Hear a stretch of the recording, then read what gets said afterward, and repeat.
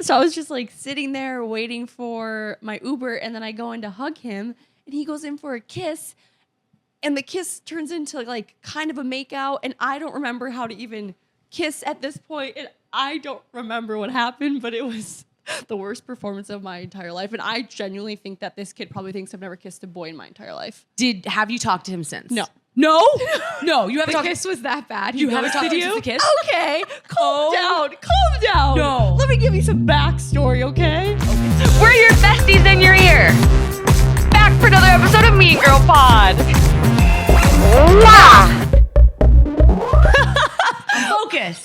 Welcome back to another episode of Mean Girl Pod. We are out of office. God, I'm good at that. Ooh, wait, that's kind of catchy, like out of office episodes. Like wait, what is it saying when you're like gone? Oh, D&D. Or OOO. OOE out. Triple OE. But people when they're on vacation and they post like a photo of palm trees, they put do not disturb, D&D. Yeah. Or O out of the office, OOTO. It's just OOO. Out of office. Yeah. That makes total sense. Or in our case, triple OE. Out of office episode. We're at While We Were Young. We're actually where I had my birthday. Mm-hmm. We're in the West Village in New York. Yes. This is like the cozy part of New York. You know, a lot of people come to New York and they think they're in New York when they're in Midtown, like that strip right there, but they never go anywhere else. So then they only have one thing to associate it with, but all the neighborhoods are so different. This feels totally different than Midtown. Oh, fully. It's not your... Besides my neighborhood. Your neighborhood, you love your neighborhood. I do love my neighborhood. But no, that's so true. Like, if this is not what people assume New York is like. Not at all. But I love it. It's great. The bar is behind us. And speaking of the bar, ladies and gentlemen, this podcast is sponsored by the one and only Pink Whitney. And it's officially spring. And then it's going to be summer. Like, you know what? Control-Alt-Delete March. Like, I don't even think that month happened. So now we're in spring and it's like the weather's turning and it's happy times. So go shoot your shot with all your friends. Like, go out. It's going to be shot girl summer, hot girl summer. Also shot girl spring. We have, you guys, the Springcation sweeps are still in a go. And this is so exciting because you and 3 friends get to win a free trip to South Florida. And you can stay in an Airbnb tricked out with all Pink Whitney stuff. It's going to be so much fun. Springcation. If we could win, I would absolutely love to go because it would be so much fun. Because 1, 2, and 3. And it's so easy to enter. All you have to do is enter your contact info, show a photo of your ultimate Springcation, and describe your ideal spring getaway. You have to enter before April 25th, so you still have like a month. And all you have to do is enter at pinkwhitney.com and take your shot of Pink Whitney today. And tag them on social media when you take that shot. Yes. The more you tag them, the more opportunity you have to win. So just like go crazy. Cool. Go crazy. Go crazy on it.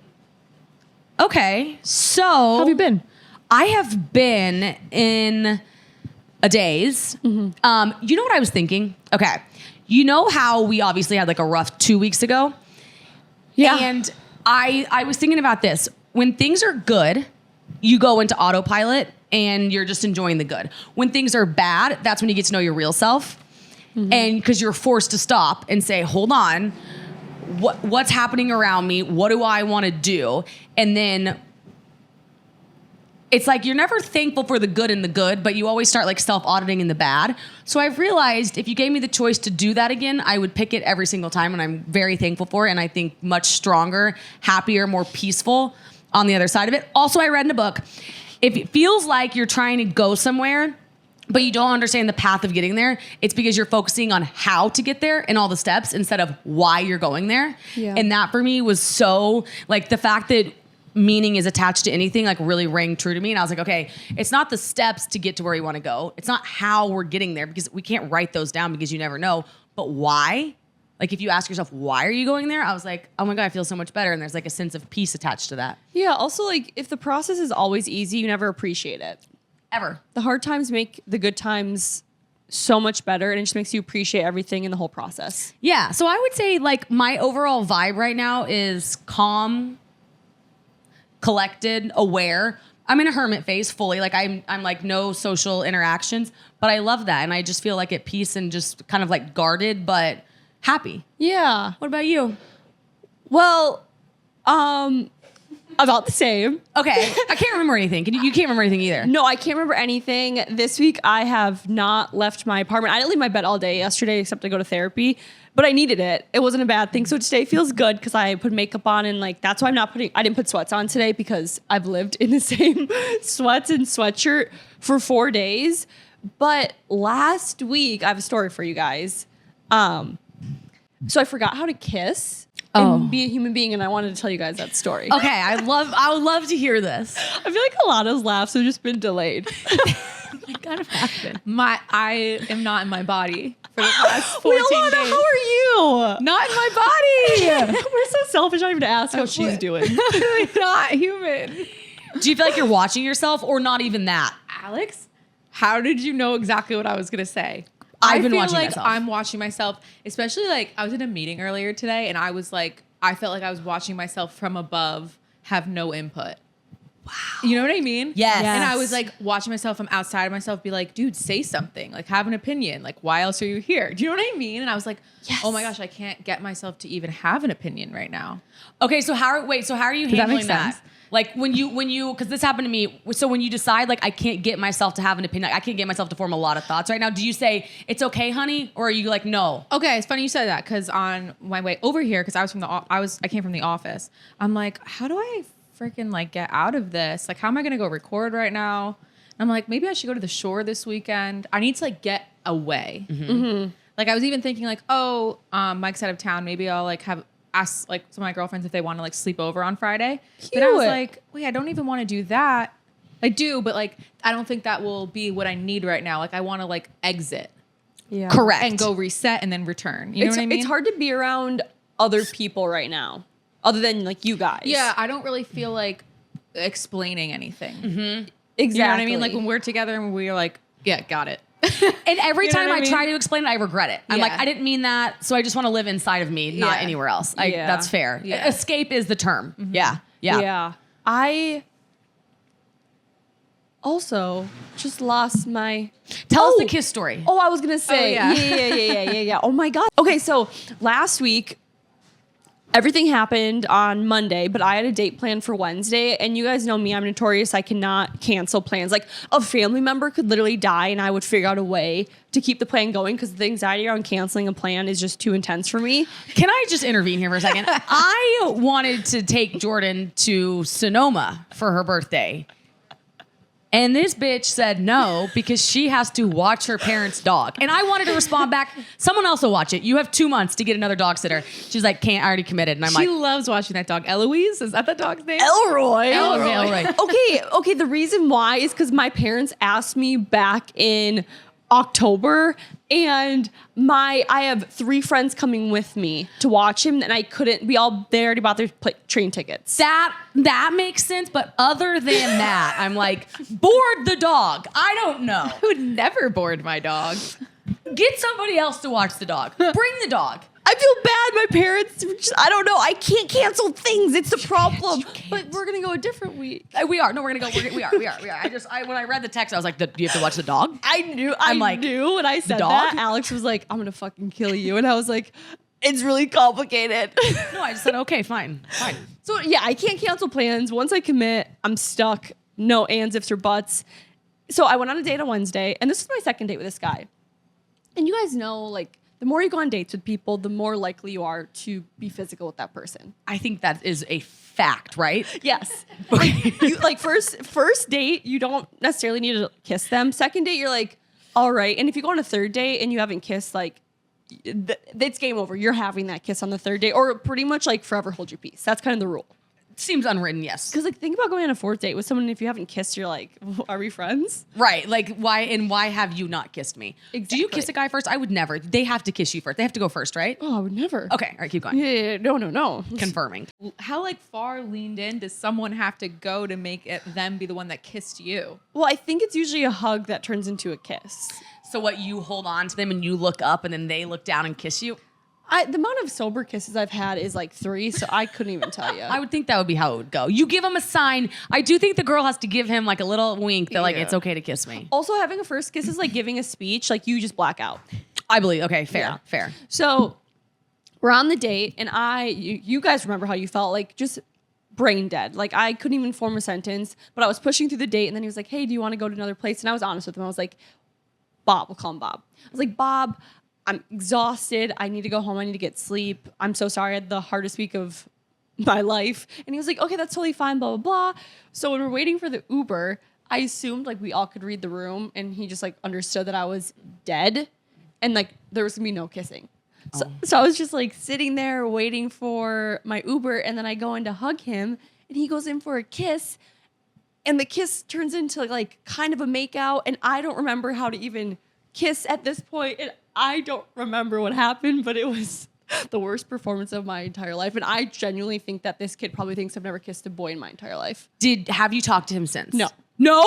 No, you haven't The talked. kiss was that bad. You haven't talked to him you? since the kiss? Okay, calm down. No. Let me give you some backstory, okay? Okay. So after that, I walked into my Uber mortified. Shut up. This is me and Alex twisting a narrative of what happened. Jordyn was such a bad kisser, she got ghosted. Right. We just took that and we were like, Okay, first of all, I know I'm a good kisser. This one I was not a good kisser, but I went into my Uber and I was mortified. I was like, oh my God, I pride myself on kissing. And I think kissing is like the beginning of what can make or break a relationship. The way if you are compatible when you kiss somebody, you're compatible having sex with somebody because everyone kisses differently. So No. yes, No. Yes. Wait, you actually think that? fully. Oh my God. I've like no. flushed that theory out. No, I've kissed a lot of people and I've hated having sex with them. And there's been actually the most recent person I had sex with, I hated kissing him, but I liked having sex with him. You have mentioned multiple times in here that you haven't done a lot of these things sober. I think if you soberly kiss somebody and you're compatible with them, you soberly can have sex with them and you're also compatible with them. Facts. Touche. Okay. Your theory stands. Mine gets flushed down the toilet. Okay.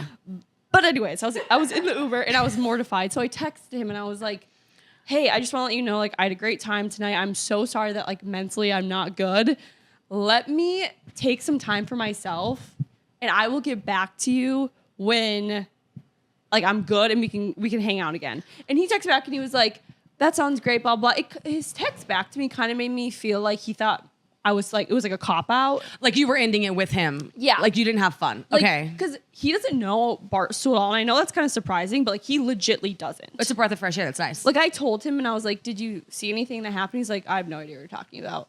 Okay, great, So great. I think he thinks I was joking. Or So- not joking, like a But he line. probably thinks you were being dramatic and like embellishing the story. Yes. Because you would think that if you heard it. Yes. Okay, so Bob then responds back something surface, kind of like, got it. She doesn't want to hang out with me. Yes. Like his texts back were very dry and kind of like, yeah, they're like, okay, cool. I mean, what are you gonna do if you're him? You got in the Uber and sent that. Like Yeah. his ego's bruised. Do you like Bob and want to see Bob again, or do you not even care? So this is where I'm at is part of me is like, I have to redeem myself. No matter what I do, I have to redeem myself. That's the ego. And part of me is like, I'm so embarrassed. I never want to see him again. And then part of me is like, no, I actually like him. And when I'm mentally okay, I want to see him again. Okay, so you're like down to text him because Bob at this point cannot text you. Like you have to text him because you shut him down in the Uber after the date, like that quickly after. After the worst kiss of his entire life. I bet it wasn't even that bad. I bet he thought it was fine. No, Alex. I mean, no, It was not good. I can't. You texted me and you said I kissed him and I forgot how to kiss, and then the next day you go, "Oh my God, did I tell you I kissed him?" And I was like, "Yes, you did last night." And it was bad. Like, think about your first kiss on steroids. Do you remember your first kiss? I do actually, yeah. Okay, tell me your first kiss story because mine was mortifying. Oh, I would love to. I actually love my first kiss story. Okay, tell us. So I didn't have my first kiss until I was 15, and I wanted to kiss a boy so bad. Like I would like dream about it. I'm like, I just want to kiss a boy. Also, I was at the age of 15 where I was like, I need to kiss a boy. Like it's embarrassing. Like, I didn't think about that. Yeah, that's fair. how old were you? I think. How old are you in 8th grade? Like 14. Okay, so I was 14. I was 13, I was a sophomore in high school. Okay. Okay. And we're both summer birthdays, so you were probably 12, 13? Yeah, I was in 8th grade. Yeah, I was a sophomore in high school. That's time. Yeah, and I got my first boyfriend. There's no such thing as time. That's appropriate. That's time. That's well, yes. I told you guys I wasn't cute, but I got my first boyfriend and I loved him. I was so obsessed with him. Did you tell him you loved him? Not first. Okay. But eventually, like he told me and we dated for like, on and off for like 2 years. Okay. But he was mean. He was a bad guy. But he's a good guy now. But he was bad to me back then. All that matters is how they end up, not where they start. Exactly. I think he's actually a really good guy now. But anyways, so we were downstairs in my basement and I lived in a house where it's a 1-story walk up. So you walk in and that's like the main level. And then you have a downstairs, not a basement. Okay. So we had a very open downstairs and my parents would like let me hang out with him down there. And one day before he was leaving, he hugged me and then he quick kissed me. And it was one of those things where it's like, you don't know how to kiss, but I thought it was like the most romantic thing of my entire life. Wait, that's so cute. Okay, so Yeah. you enjoyed it. Oh, I loved it. I can vividly remember exactly how it happened to this day. Same. Okay. What are Okay. yours? Okay. So I lived down the street, like 12 houses down from a really cute boy who went to a different school. Ooh. And you know, like you have all your girlfriends over and he has all his guy friends over and like you hang out on the block, right? So we were at his house and he was walking me home to my house. And I always thought he was cute. And I kind of thought maybe, you know, he told a friend of a friend that was like, you know, Alex thinks you're cute. Okay, he thinks you're cute too. Wait, how old are you? I'm in 8th grade. Okay. I'm in the summer between 8th grade going into freshman year. Okay. He walks me to the edge of my driveway and it's pitch black outside. All my friends have already gone inside. It's just the two of us. And he just reached over and he kissed me. He had braces. I didn't have braces. I do remember putting the tongue a little bit over in that area and feeling the braces. And I was like, whoa. But it's your first kiss, so like you don't even think about it. You're just like, Tongue on your first kiss? you're just shocked you're having your first kiss. And so then I went back inside though and I told one of my friends because I was like so excited but also like shocked. I'll never forget it. I said, I just had my first kiss. She hadn't had hers yet. And she looked at me and said, not that big of a deal. Why are you being dramatic? And walked off. And I was jealous. I was so sad because I Sad. wanted like somebody to be like, yay. And she was like, don't Yeah. be dramatic. And I was like, oh. But it was like Sad. such a big deal to me. And so I laid there all night and I was like, what? And then you just like replay it in your head. Yes. I can remember, like I remember it right now. Yeah. I love kissing so much. Kissing is so fun. Yeah. Uh-huh. Do you think there's a difference between saying love ya and love you? Okay, you wanna know what's so funny What? that you say that? So like I have an issue with people saying like love you. I want you to say I love you. I think we've talked about that. But you know what I was thinking about the other day? Why don't people say, instead of saying I love you, why don't they say I'm in love with you?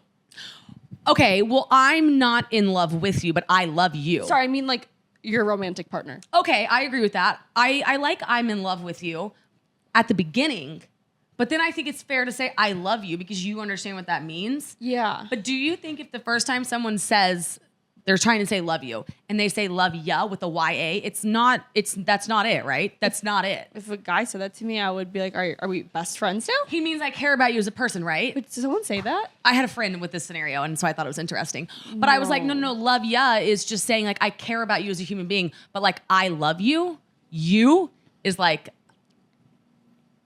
Yeah.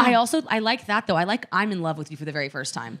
I think it Ooh, should like eye contact. So my friend was talking to me about that, and we were just thinking, and I was like, it's so interesting to be in a relationship and someone say I love you. Like I feel like the first time needs to be like I'm in love with you. Like and it's like you're kissing and like he grabs your face. He's like I'm in love with you, and you're like That's what Mike did to me, but he was so drunk. I was like, shut the fuck up. And then he was like, fuck off, Alana. I'm in love with you. Fuck off. the first time Graham told me he loved me. He was at Coachella at 2 a.m. and he's like, I love you though. Cause I'm like, who are you? Like, what are you doing and who are you with? And he's like, it doesn't matter because I love you. Like that it would like cancel out the fact that I knew he was into like debaucherous situations. Yeah. Wow. The last time someone said they loved me, they accidentally said it to me. What? Oh, that's right. They did. Yeah. They let it slip. Yeah. And he was just like, oh, I did not mean that. And I was like, it's fine. Oh, right. Yeah. Cause it was so early on, but other than that, I don't remember. Oh, my boyfriend of 5 years, he was wasted we were going to a frat party and he was wasted on the bus. He was like, Jordyn, I love you. Okay, so if all three of us were told that they love us When they're drunk. and when they're drunk, is there something about like, is liquid courage real? Like, do you think someone tells you I love you and they're drunk the first time, do they really love you? I do. I think they really do Yes. love you. Yes, Remember- I think so too. Sober word Drunken words are sober thoughts. yeah. And they're 100%. just giving you courage. Yes. It's just like how people don't kiss soberly for the first time or have sex soberly for the first time. They could though. We reserve the right to do that. but don't. Oh, but here's the thing. Here's what you could do. Like if you made out with somebody drunk a number of times and then you had a sober make out, that's like real part two. Like the first time Yeah. you kiss is like the butterflies. But then if you do it sober, it's butterflies again. Well, remember the astronaut? Yes. Yeah, the guy that was the astronaut on Halloween. Yeah. Oh, I was like So- Lance. Yeah.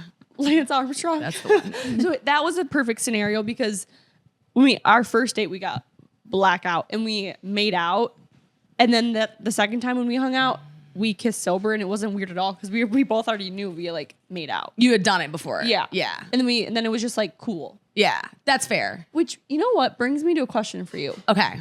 So, do you think there's a difference between being comfortable with someone physically and emotionally? Or not like a difference, but do you have people in your life that you've met that are guys and you're like, I'm very comfortable with you emotionally, but physically I'm not, or I'm very comfortable with you physically, but I'm not emotionally? Yes, I believe in physical and emotional energy in terms of compatibility. Mm-hmm. And the only way I can attach this to meaning is I take Graham and his groomsmen. So I take Graham's 8 best guy friends. There are some of them where I can sit and have an emotional connection with them. And it's like, we're speaking the same language. You can shoot me a text and it's like, we vibe together. Mm-hmm. There are some of them where like his best man can like put his arm around me, Jason. And it's like, that's not weird at all. But there are some of his other friends where like, I can barely even hug them. Yes. And I think it's like the ability to even be able to change in front of a girlfriend versus not. All of that's so real. I think it's like wiring. Like, I think that we have wires attached to certain people that you just vibe with, and I think that they're real things. Do you? Yes, because even with you, like when you put your hand on my leg, I didn't even think twice. But if someone else did that, I'd be like, "What the fuck?" Yeah, like I don't want to hug you. Yeah, like to some people, I love hugging you. I don't mind touching you at all, not one bit. But when I've been going on dates, because I've been doing that lately, a lot of the guys that I've been going on dates with, I like connect with emotionally, but physically, there's just nothing there. Like Bob, for example, he's like put his arm around me a few times and I just like freeze. And you know how you like Astronaut, for example, the first time he like touched me, it was just like easy peasy lemon squeezy. Okay. What about like, is there such thing as a person you want to talk to and flirt with all day long over text in person? Like you're so flirty, but you're like, I don't want to go in the bedroom with you. Yeah. The other guy. Okay. Or there's the guy that you're like, you're so freaking hot in bed, but like, I'm like knocking on the wood and I'm like, hello, is anyone home? Okay, so that's what you're saying. Like, it's that drastic. Yes. Okay. But usually I've never had it where if I like someone emotionally, usually physically I'm like cool with it. Okay. So because some people are like physical first. I was actually talking to one of my guy friends about this. I said, I need you to label things out for me here. What are your top 3 priorities? And he was saying, he's like, I first look, and he said this is in order. I see her and I think she's hot. From there, she has to make me laugh. For a one night stand, she just has to be hot. Okay. For me to text her the next day, she had to be funny and have some kind of a personality. So the personality gets her to like the next day. And then he said the weirdest thing from there is like, I love looking at someone's style, because if a girl has good style, it lets me know how she can like read a room and like her wherewithal, which I thought was like so interesting. So then I said, do you care in terms of like if she's lazy? Like what if she sleeps in all day and like doesn't have a job? He's like, I don't care if she has a job. I do care if she doesn't get out of bed though. Like if she doesn't go to the gym and stuff like that. And it's like, that to me would be so emotional, but none of that had to do with like physical connection. That's actually so interesting, because if I were to reverse and think about a guy, physical looks first, laughing second, and then style honestly third. Style's a big one because it tells you about them. It kind of, oh my, wait. I know. I was literally just going to say it kind of shows how he can work a room. Yeah, he said the words, her awareness. Because if you go on a date with someone and I can say this because I'm from Minnesota, so don't even come at me. If they come on a first date in New York and they're wearing like a flannel and just like jeans and like dirty shoes, that gives me the impression that they don't maybe respect themselves that much and they don't have the confidence to like work a room or work the people in the room. And there's too much to come back from. Like, yeah, you can't mold that. That's not your right foundation. Maybe they are smart as a whip. Mm-hmm. You know, maybe they're book smart and highly intelligent, and that's fine. But for what you're looking for, like, it's just a value miss. And it's okay. Like, it's okay to say that. The first thing I look at on a guy is shoes and a watch. And the first thing I look on a girl is the shoes in the bag. I think the first thing I look at on a guy, I look at their physical legs every time. Because I can tell, I told Graham this when I met him, I can tell by the shape of it's not how muscular your legs are. It has nothing to do with that. It's just like the shape of them. I look at that and I like love it. And then I look at like their jawline. Does the shape of the leg show like if they were athletic? Or kind of like athletic, the way they're gonna walk, like just like a little swagger to them. the way they walk is huge. The way a guy walks can tell you everything about them, and the way they carry themselves. It's like you're confident, or like it's the difference between confident and not. And you're like, Body okay. language. Yeah, huge. Yeah, that's actually so interesting. So all that to say, the physical versus emotional, I think, is very real, and there's like signs around both. But I think you're right. Most of the time, like physical can get you through one night, but emotional, I think, creates longevity. Totally. I'm just like, I feel like I've matured so much with guys. I'm just like, I'm starting to make guy friends now, and Jordyn said this to me today. She's talking to me about this guy, and she's like, you like a lot about this guy. Yeah. Like she's like, he's smart, he's all this, and I'm like, do you like him? And you go, no, but like I learn a lot from him. And I stopped in the middle of the street. I said, do you have a guy friend? Do you get what I'm saying now with guy friends? Because I have a guy friend. all these guys, you said like 3 episodes ago, you're like, I don't believe guy friends don't work for me because I just need to be attracted to them. And it's like you finally have a guy friend now that you gain something from, like you learn from. That's friendship. Yeah, I also like the guys I've been going on dates with too. I'm like, I could really use you as a guy friend, but I don't want to be physical with you. So I'm gonna friend zone all of you. But that's real. I know. I feel like I'm maturing. I think you are. And this is why dating multiple people is healthy. I think you can learn a lot from dating multiple people. Also, you don't get obsessed with that one person. I think that's also helped me because I'm not putting all my eggs in one basket. And I've never dated multiple people before. This is the first in my life. And I feel like it's helping me, 1, not get obsessed with that person, 2, not think about things too much, and 3, see bigger picture. So I'm going to piggyback on that and say, when you think about bigger picture, I was thinking about the power of the pause that we talked about last week's episode. I love the power of the pause. Talk and thinking about how when something happens and you're forced to like react immediately, and how we were saying like when all that kind of went down, we were like, we're going to pause and we're not going to respond. Mm-hmm. I was thinking, where else has the power of the pause been beneficial for me? And it's with people. Because what I used to do was I would be so quick to judge somebody off of like the littlest things. And what I've been doing lately is like you were the first person that taught me this, but like give people a chance to show up. Oh, thank you. You're welcome. And then you learn a lot about them. And it's like, I have so many more meaningful connections because I wasn't so quick to like make a rash decision about how I felt about somebody. If you just pause and you're like, let me learn a little bit about them. Because that's what you would want somebody to do to you, give you like chances to show up. Yes. Do you know who Simon Sinek is, the author? Yeah, I do. Okay, so I was reading about how when he first started writing his books, he got a lot of love and a lot of hate. And what he would do with the haters was he would invite them to his office. And him and his team would sit with them and they'd be like, okay, why are you a hater? And then they would be like, all right, so can we change your mind? This is why we do X, Y, Z. And he was exhausted for that month that he did it. And then somebody came to him and was like, so funny that you spend all the time with the haters. Why don't you just respond back to all the people that love you and tell them you love them back? And he said it taught him how to rearrange his energy. So when you respond to haters, you're giving, or even respond in general to anybody, you're giving them a piece of you, like you're giving them energy. And when you respond to lovers, like that's happy energy. But if you pause, then you're protecting yourself because you're not giving anybody energy. And you can ask yourself, like, do I want to give away this energy or do I want to protect my energy? And that's not worth it. And I thought that was the power of the pause. I love that. And I think anyone can take a lesson from that and like use in their daily life. And also the power of the pause can work across the whole board. It can be if you're having an argument with your mom or dad, if you're wanting to even like text your ex drunk. Mm-hmm. It's just like pause and wait until the next day. Because I bet you $20 if you wait 24 hours, you are going to have a full-blown different conversation, different response, or not even want to reach out at all. Yeah, you know when you're taking a test in high school and they said your first instinct's often the right one? Yes. Okay, so I always took that and I was like, just go with the gut.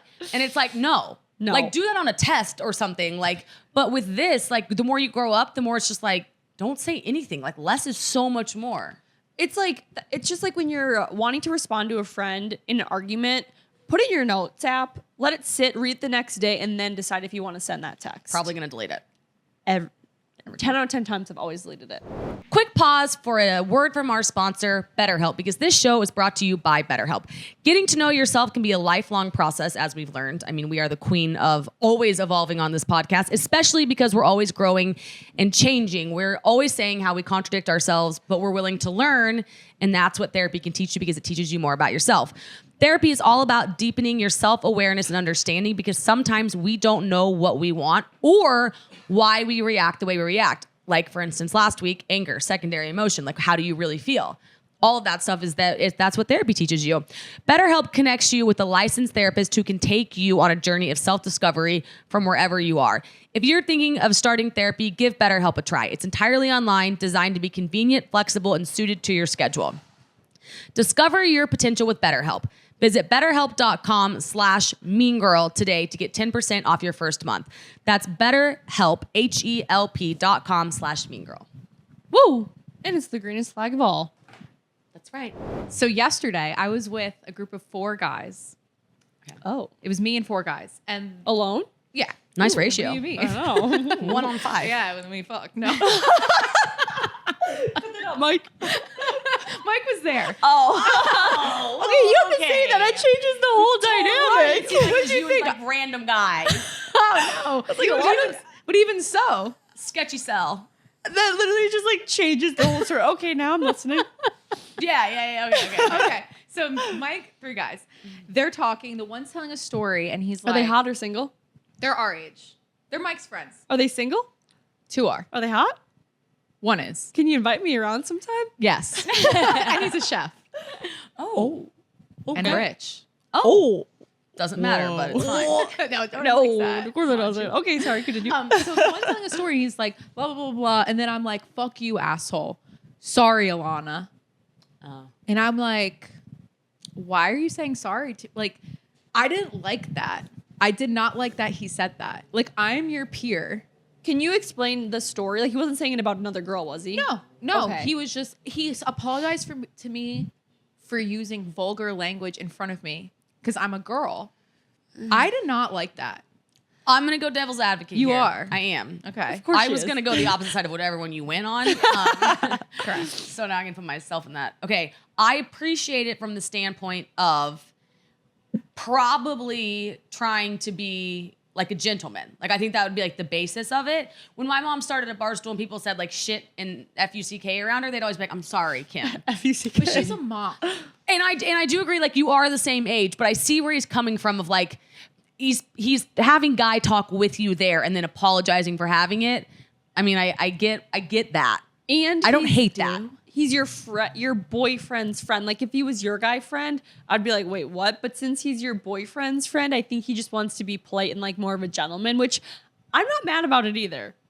I'm for him because how many times Mainly 'cause I'm gonna but date it was him, like so. awkward. It like it made me feel like the other.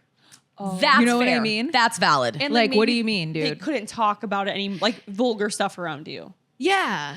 I respect that. And it poses the question. This is the guy trip combo. Like it Yeah. poses the question of can guys be them real selves when a girl is around? People debate that, yes or no. I like to think yes. I oftentimes think the answer's no. So I feel like he was doing like real guy talk, but then when he pointed out, sorry, Alana, it like made it the elephant in the room. Yeah. Yeah, like everyone has to tiptoe around you. Yeah. It made me feel like, oh, should I leave? Right. Like, what do you mean? Sorry. Like, you're not apologizing to the other guys. Yeah. I respect that. I get that. I think the biggest thing is like he's Mike's friend and not your friend. Yeah. So he probably felt like to respect Mike. Maybe. He was doing it out of respect But to Mike. I'm not Mike's object. That's right. You're not. You're not owned. You're not a number. That is true. The only time it's ever happened is when a guy is talking trash about another girl and they're like, sorry, Jordyn. And I'm just like, I don't really care. I've heard it when it's like I effed her in the pee, and then they're like, sorry, Alex. Like then I'm like, well, that was Oh, pussy. I was like, what's pee? Jordan effed her in the, and then a guy looks over and he's like, sorry, that was vulgar. Yeah, and you're yeah, like, yeah. I mean, I'm all right. I'm all right hearing it, but Okay, that's different. Yeah. it's different. I think that was the basis of what he was trying to do. I think. Yeah. That's interesting though. Yeah. Food for thought. Food for thought. After the pee. You know what else I asked this guy I was having this conversation with?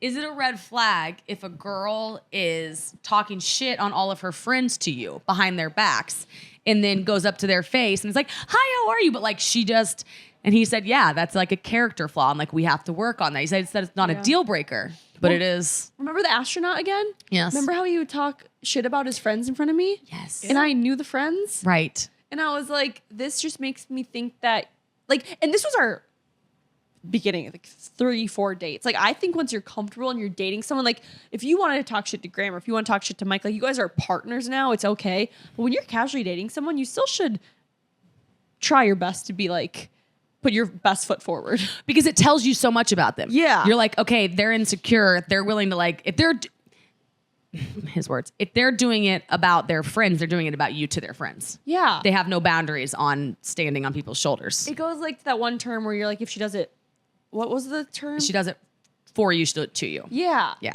Or just like how in our gossiping episode, it's like, if she's talking shit to you, she's talking shit about you. Always, every time. Or him too. I appreciate someone that like tries to hold their tongue because I know they'll do it for me. Yeah, just hold your tongue for a little bit. I mean, like I said, once you become like true blue partners, like, and you're comfortable, it's okay to complain. But like in the beginning stages, you shouldn't be talking shit about people to this person you just started dating. Right. Like, be better. And they'll think it's cool if you're like positive. Yeah. Oh, we love a positive person. You know what I'm talking about? Like live to work versus work to live. So how you spend your time from 9 to 5 versus 5 to 9. And 5 to 9 is like social life. Yeah. Hobbies. Or even like, you know, the TikTok trend where everyone's showing their 6 to 9, like the before work activities. Because I think some people like, It's big. their mornings are their fulfillment of the day. So like how you, before and after work. First thing I'm gonna say right out of the gates was Alana was talking about how you guys have like a friend that's dating a girl that is like a store manager at Lululemon. Oh, yes. And you're like, I was talking to Graham about this morning, and like, we're all jealous of her because you go to work and then it's that saying where when you shut the door at work, you leave work there, but we take work with us everywhere. Yeah. And I think that's become that's a millennial thing where you work all the time. But it's like is work a sense of fulfillment for you? Does it need to be? Is it a certain type of person that it needs to be fulfilling for?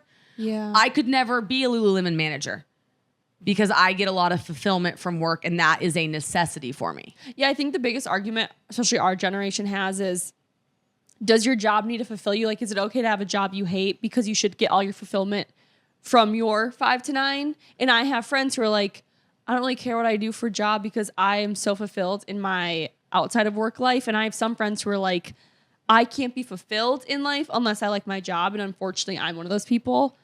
So it's just like a constant argument. Are we working to live or are we living to work? And I think the biggest thing is recognizing which box you're in. And if you're in the wrong one. So if you're like, I do care about work fulfilling me, but I work a desk job and I hate it. Okay, maybe you quit and you do start doing something that feels more fulfilling. Yeah. Or if you're like, I don't care. I'm never going to care what I do. I want to pay the bills and I want to travel on the weekends and I don't want anybody to care if I come to the office. Then you get a job that checks that box for you. Yeah, and I don't think there's a right or wrong. I mean, I think it's how you're wired. yeah, like I know for the rest of my life, I'll always probably get 50% of my fulfillment from the job I have. Because in Minnesota, when I worked a corporate insurance job, I was miserable. In New York, I like my job and I feel more fulfilled. Granted, I have more fulfilling things outside, but Alana yesterday brought up hobbies and she was like, do you have hobbies? And I feel like hobbies are such a strange and hard thing to have. Like my hobby was social media, but now I have that as a full-time job. Right. I think though, Like, do you have a hobby? I like to think I have hobbies. I love to read. I love to box. I love to watch certain things. Like I'll watch videos on like Western stuff. Like that's a hobby for me. I think shopping has become a hobby for me. Cowboys are a is a hobby. hobby of yours. Wait, Alex, no, I love that you said that because I love to work out and I love to try coffee and drink wine and go to restaurants. And I don't think we think that can be a hobby, but I think anything that brings you fulfillment outside of your job can be a hobby.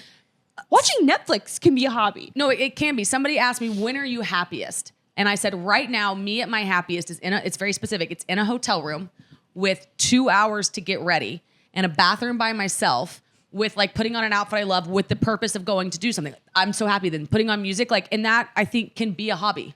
No, it can be. Doing your makeup can be a hobby. It's all like, hobby doesn't have to be going to knitting class. My happiness or my happiest time of the day is going to the gym and then getting ready. And that's fine. And That's not a hobby. being rushed. Not being rushed. Yeah. Trying new foods. Hobby. Getting coffee. Hobby. Watching NASCAR. Hobby. Yeah. If it's not your main job, it's a hobby. And I think that I'm reading a book on that right now, but it's like that can be a hobby because it brings you a sense of fulfillment. Yeah. Hobby, you don't want it to be your main job. That's like the biggest thing, but it does make you happy. Yeah. Definition of hobby. Even if it was like you watching cooking stuff on TikTok, that can be a hobby.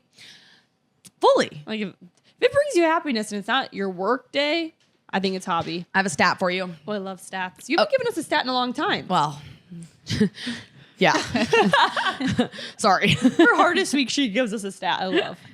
Okay, so it's talking about the rise of anxiety. This is from Lewis House. Okay, so I love Lewis House. I did not like him at first. And then I realized, like, why did I not like him? And I didn't really have a reason. So I started listening to him more. And I like him. I have a topic about him for another day. Okay, we'll save it. We'll table it. Remind me, because it will like put us on a tangent. Okay, so anxiety, right? So people ages 18 to 44, 22% of them experience anxiety.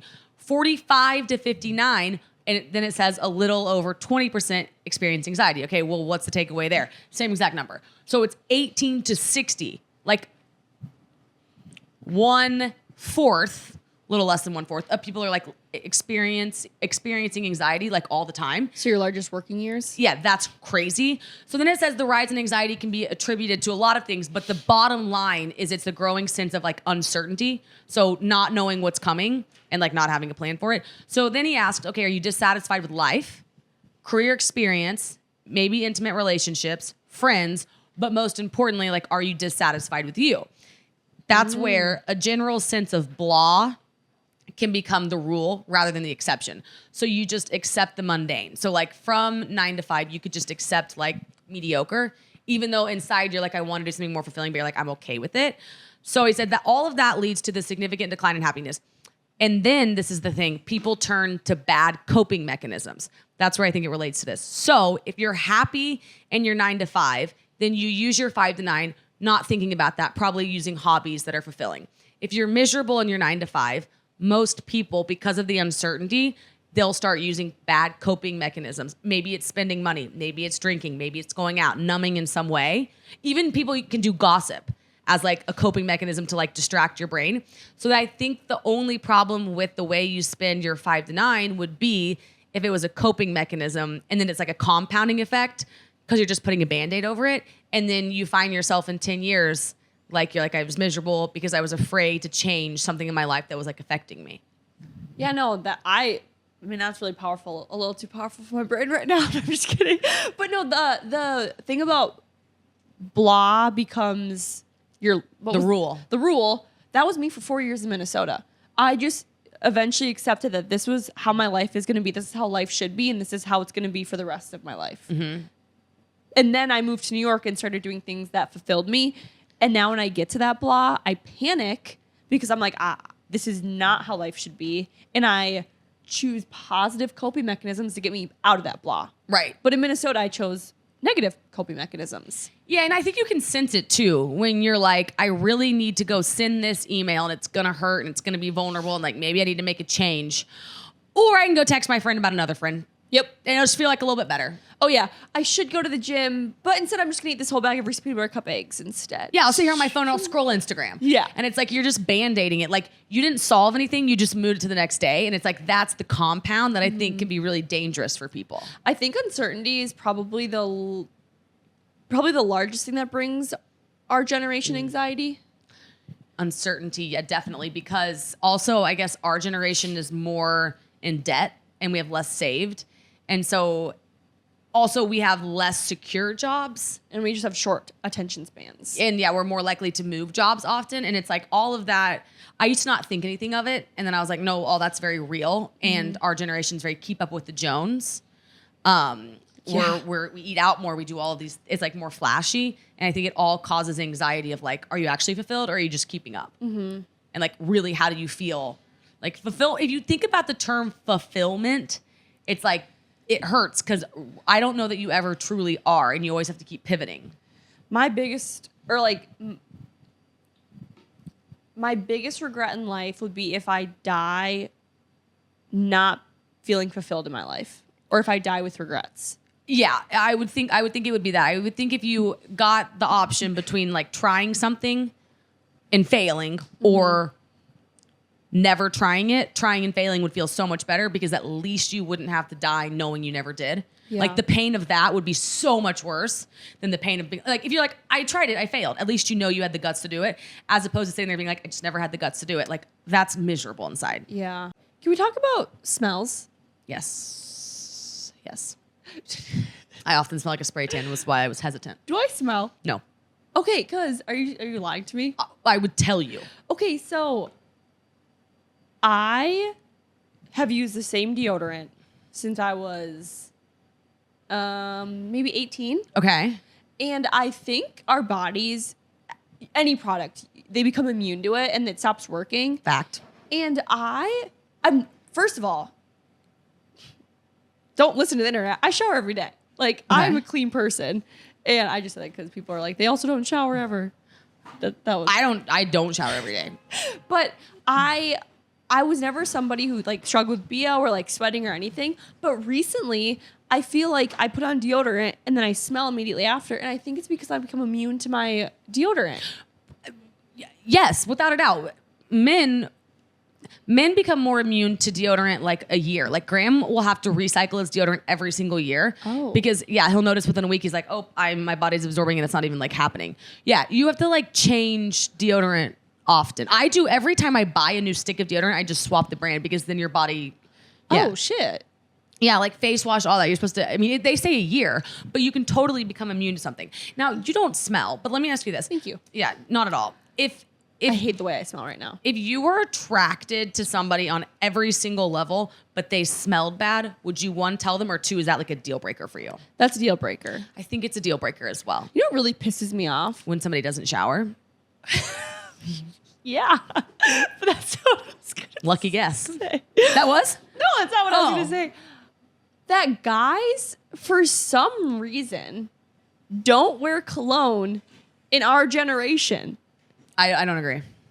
The guys that I know, I swear to God, I can count on one finger a guy that I've dated in the past year since living in New York where they spray cologne. No, I think that cologne is like a hot topic right now. I think a lot of guys wear cologne and take pride in it. And I think, now I'm a girl that doesn't wear perfume though. So this don't? I don't wear, because growing up, my dad was always allergic to any scent. So Right. it was always a no perfume thing. So I never wore it.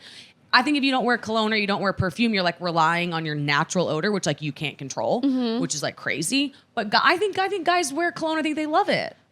I've been going on the last few dates I've been on, or maybe they like just spray and they aren't spraying it directly on their body or something. Cause I'll be like, the last guy I went on a date with, I was like, we were talking about something. And I was like, oh, do you wear cologne? He's like, no. And I'm like, that's a deal breaker. Wait, do you care though if a guy smells like nothing? Like there's a difference between smelling bad, smelling like nothing, and smelling good. Some people I don't smell at all. I'm like, you have no scent to me. No, I'm a big smell person. I love when someone smells good. But if they don't smell at all, is that also It's not a deal breaker, but I would buy them cologne. okay? How would you breach that topic? Would you be like, you know what you could I'll do? just tell 'em. Okay, you just tell them. I would start sending like photos of perfume and be like, pick your favorite. I'm such a scent person. Wink, wink, wink. Well, I like that. I like tell that to people. I'm like, but I love cologne. Like, you don't have to wear, but I love smell. you do love smell. I do.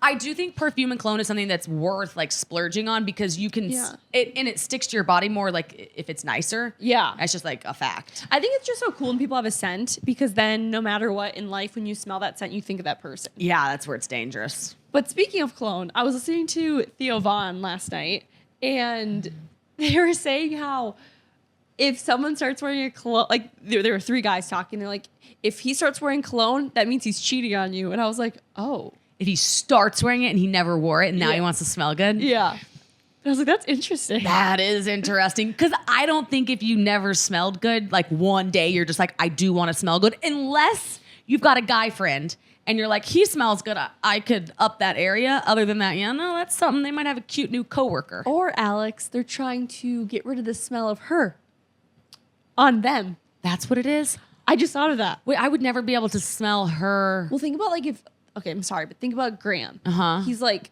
hugging this girl and her perfume rubs off on him. And you know, sometimes there's perfumes that are so strong that like, Yes. like you touch me and I smell like you.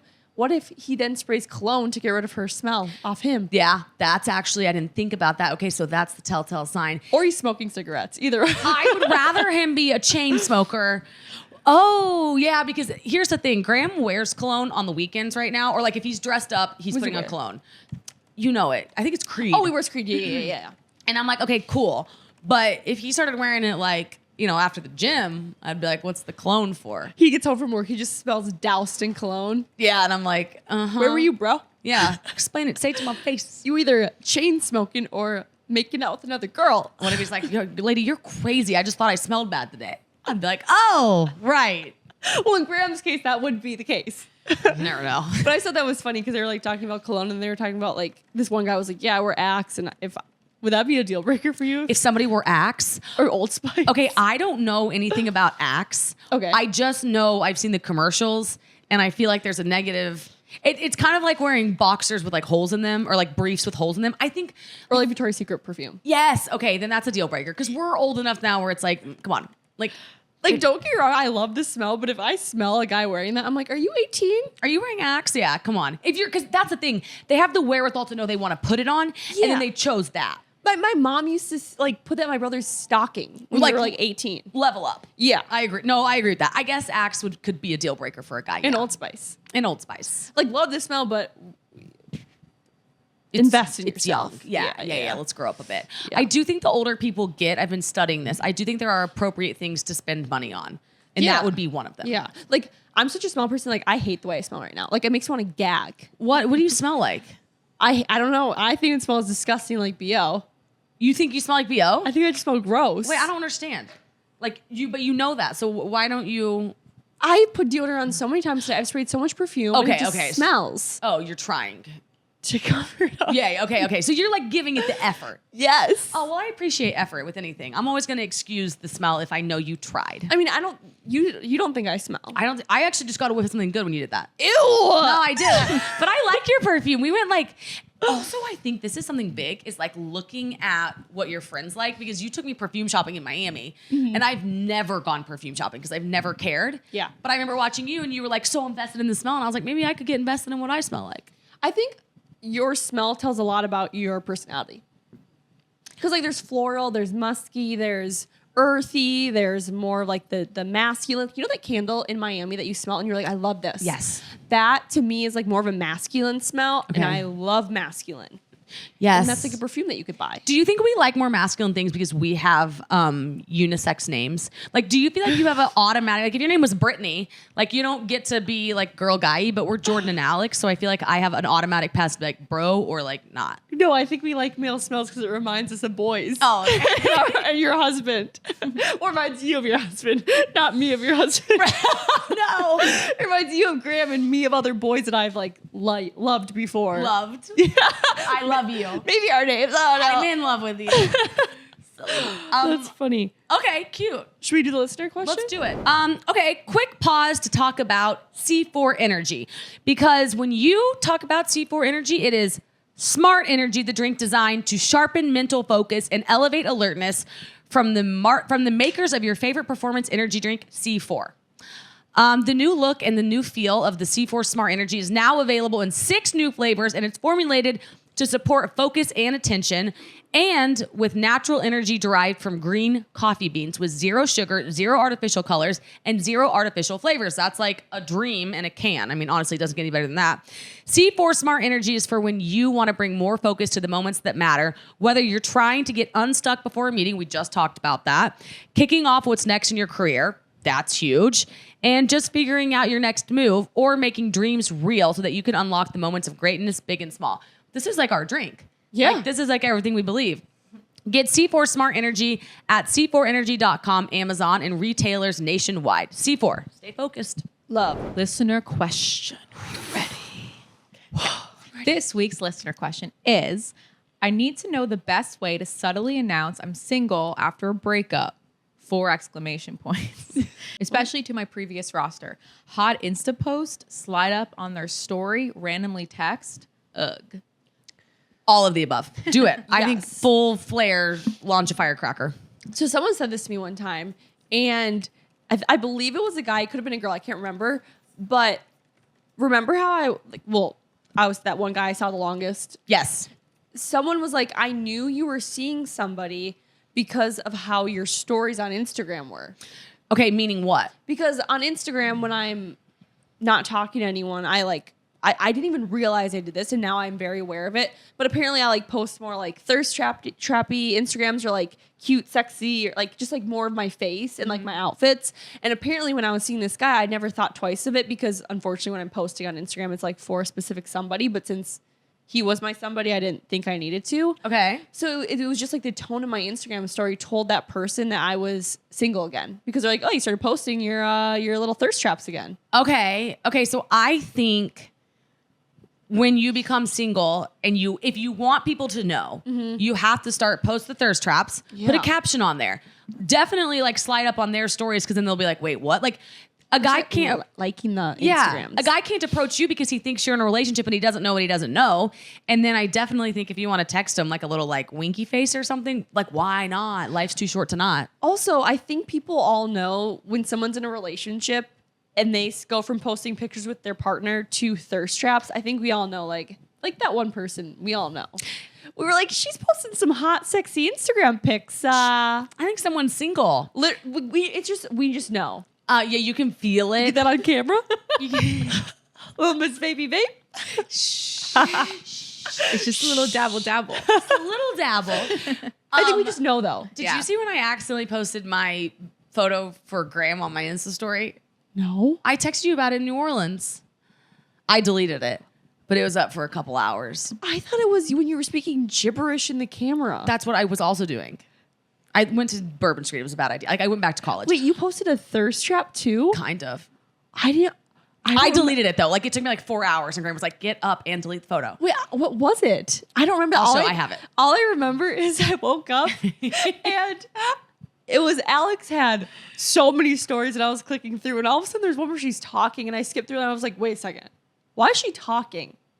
So I went back, and it was like, like when she gets in your gibberish, and I was like, oh my God. And then I like, blah, blah, blah. And then you texted me, and I thought when you texted me, it was the gibberish story, not the picture, because I don't remember the picture. Okay, good. Maybe I deleted it before you saw it. I think you did. All that to say, I think people's story can let you know where they're at in life. I didn't want people to think I was at that point in my life. Wait, true. Yeah, I was like, Graham was like, you posted it. Like, he doesn't even care. He's literally like, you sent me that photo. And then you also put it on your Insta story. If you want to delete it, delete it. If not, don't. I think that people don't take their Instagram stories serious enough.